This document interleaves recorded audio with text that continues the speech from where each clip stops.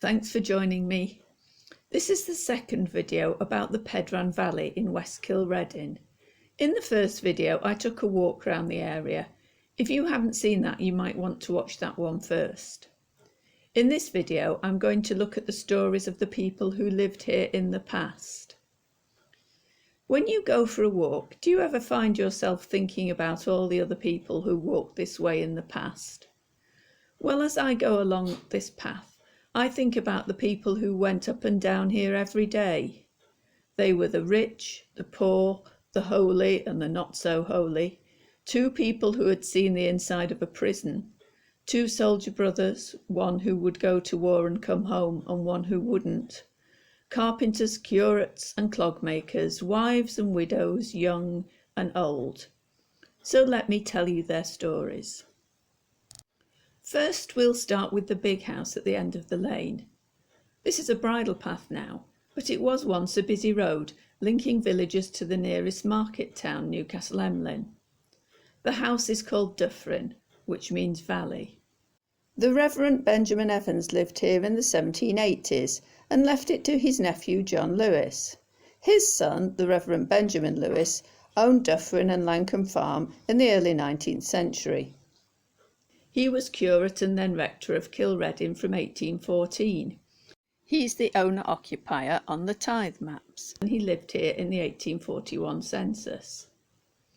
Dyffryn probably looked not too different to how it looks today. It had a large curved lawn to the front, farm buildings to the side, and a plantation of softwood trees to the west. In 1847, the contents of the house were put up for auction, along with all the crops and farm equipment. Benjamin Lewis died in Brentford, Essex, in 1855, so perhaps this sale was due to his moving away. The advertisement gives a good idea of what Dyffryn was like at the time. There were arable crops grown there. Now the land is used for grazing only, and the house was luxuriously furnished with prime goose feather beds, Brussels and Kidderminster carpets, and dinner and dessert and tea services. And the farm stock included very superior milk cows and superior draught horses and pigs. The house and land was not for sale and was rented out. The first tenant seems to have been William Harris, the curate of Cilrhedyn, but he didn't stay long. In 1854, Dyffryn became the home of a very colourful Englishman, Richard Ingram Dancy, Esquire, son and heir of Dancy of Easton Court, Herefordshire. He was born at Brinsop Court in Herefordshire and seemed to have had a very unsettled life, never staying anywhere for long. He was described in 1841 as formerly of Jersey, then of Portsmouth, Hampshire, then of Clonmel, Tipperary Island, then of Jersey, lieutenant in the 60th Regiment of Foot, then of the Colonnade Hotel, Middlesex. The next place of abode was less delightful, the Fleet Prison. The Fleet was a debtor's prison.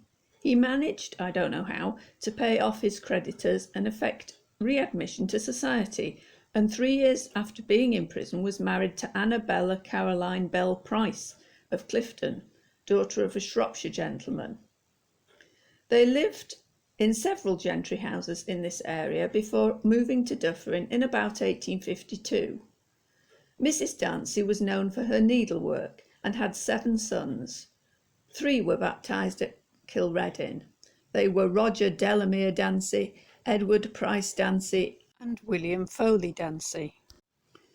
Richard Ingram Dancy, her husband, threw himself into local life and was a patron of the Carmarthen and Cardigan Railway, an active member of the Tyneside Agricultural Society, winning prizes for his stock, a steeplechase jockey and a steward at Llanboidy races. But he was a man who could not stay in one place for very long, and the Dancys left Dyffryn after a few years. In 1859, Dyffryn was again let to an Englishman, Townsend Charles Andrews, who had just married Mary Ann Thomas, the daughter of the Vicar of Trelech, the next parish. They had a son here, Charles Townsend Gwyn Matthias Andrews, and farmed Dyffryn with the help of several locally born servants, but not for long. Another auction sale of contents was held in 1861. All their possessions were up for sale.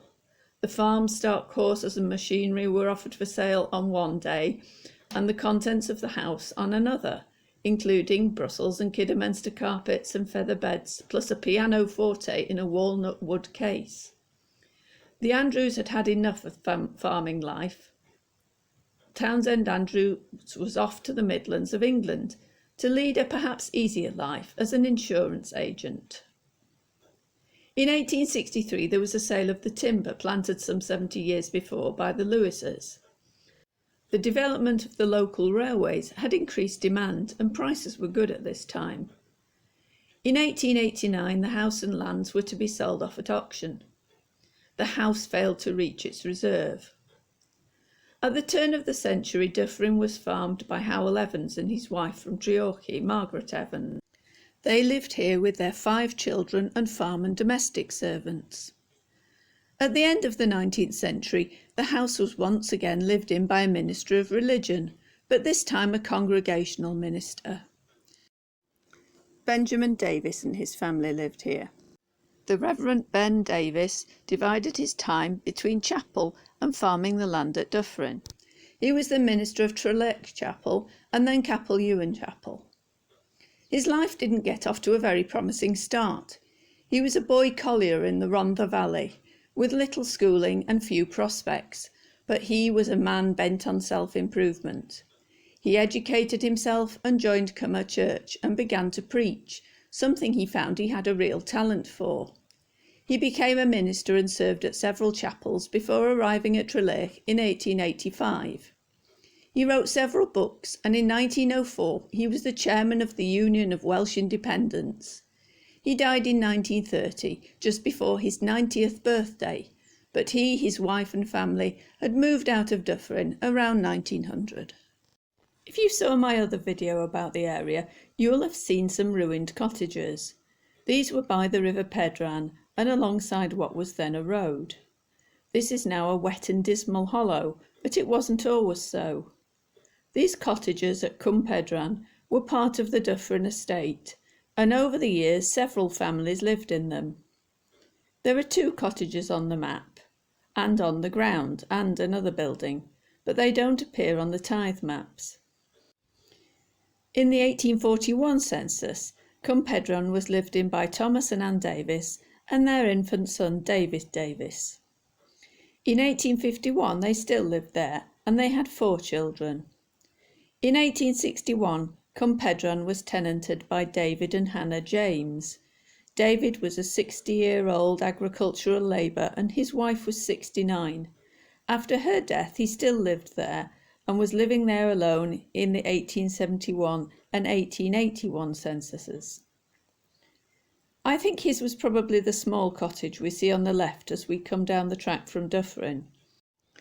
The other, larger cottage was probably the home of the other residents of Cwmpedran, shown on the censuses of 1871 to 1911. In the 1870s, a carpenter called David Jones and his wife lived at Cwmpedran. But in the 1880s and 90s, Cwmpedran was occupied by David Thomas, another carpenter, who lived there with his wife Elizabeth and daughter Anne, joined later by a 21-year-old carpenter's servant called Thomas Davis. When the Dyffryn estate was put on the market in 1889, David Thomas was still the tenant. He must have been quite happy to live there because he bought it. It was described as cottage or dwelling house, with other buildings and garden with field, and he paid £25 for it. He continued to live there until about 1900, when he went to farm at Tower Hill, Treorchy. There were plenty of woodworkers at Cwmpedran, a place not short of ready materials for the trade. The 1891 census shows Cwmpedran Cottage was inhabited by a clogmaker. Clog making was once a common trade in Pembrokeshire, the preferred wood for clogs here being sycamore. The clogmaker at Cwmpedran was William Jones. He was 25 years old in 1891 and living with his widowed mother Frances, a stocking knitter. His father Samuel had been an agricultural labourer who had lived in 1871 at a cottage near Langham Farm. William appears to have been the youngest of 4 children. In 1881 he was a general servant and domestic errand boy at Dyffryn. I don't know where or how he learned clogmaking. He married Anne Williams of Coeden Vawr, Aberkeith, at Cardigan Register Office in 1894, a little time after moving into Cwmpedran cottage. The son of the squire at Glaspant near Capel Ewan mentions a visit to him at Cwmpedran. In 1896 he wrote in his diary, "William Cwmpedran dying, wife in family way and bad on account of nursing him." The 1891 census shows us David Rees and his family living at Cwmpedran, or Cwmdyffryn as it was also known. He was an agricultural labourer, and he was living with Sarah, his wife, and 6 children. By 1911 another son had been born. 2 older daughters had moved back, probably after being farm servants, and the 2 oldest boys had moved out to work on farms. John and Sarah and 5 children were still living in the house, plus a relative who was a clogmaker and a boarder. It must have been a bit cramped. The 2 oldest boys were Samuel and Evan. Samuel worked at Cilrhedyn farm, a short walk up the hill from his parents' house at Cwmpedran. Evan worked on a farm a little further away called Cadivo Hall. 73644 Private Evan Rees of the 9th Battalion Royal Welsh Fusiliers had only been on the Somme a few weeks when he was killed in action in January 1918. He's remembered on the Capel Ewan War Memorial. His older brother Samuel survived the war. When Evan and Samuel had moved out of Cwmpedran, 2 lodgers had moved in. One was Daniel Emrys Rees, who was a clogmaker. The other was one William Jones, the nephew of the other William Jones clogmaker we met earlier. He was working as a farm labourer at Langham in 1913 when Margaret Thomas, a farm servant who lived a few miles away in the next parish, applied for and got an affiliation order against him. For fathering her child he had to pay the not insignificant sum of 2 shillings and 6pence a week, not insignificant on an agricultural labourer's pay of around 12 shillings a week. 2 years later, Margaret had to bring the matter before the magistrates again. William was working at Dyffryn and not paying the promised money. He paid her £2 and the case was adjourned.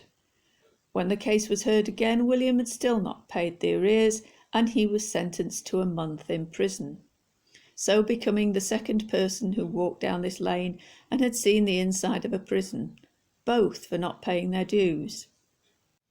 So who would have guessed that this sleepy and out-of-the-way corner of Pembrokeshire would have seen so many characters over 100 years or so? I hope you found their stories interesting. Please remember to hit like, and if you want to see more videos about the history of West Wales, especially the forgotten and obscure bits, please subscribe to my channel and hit the bell icon to be notified as soon as a new video comes out. And as always, thank you for watching.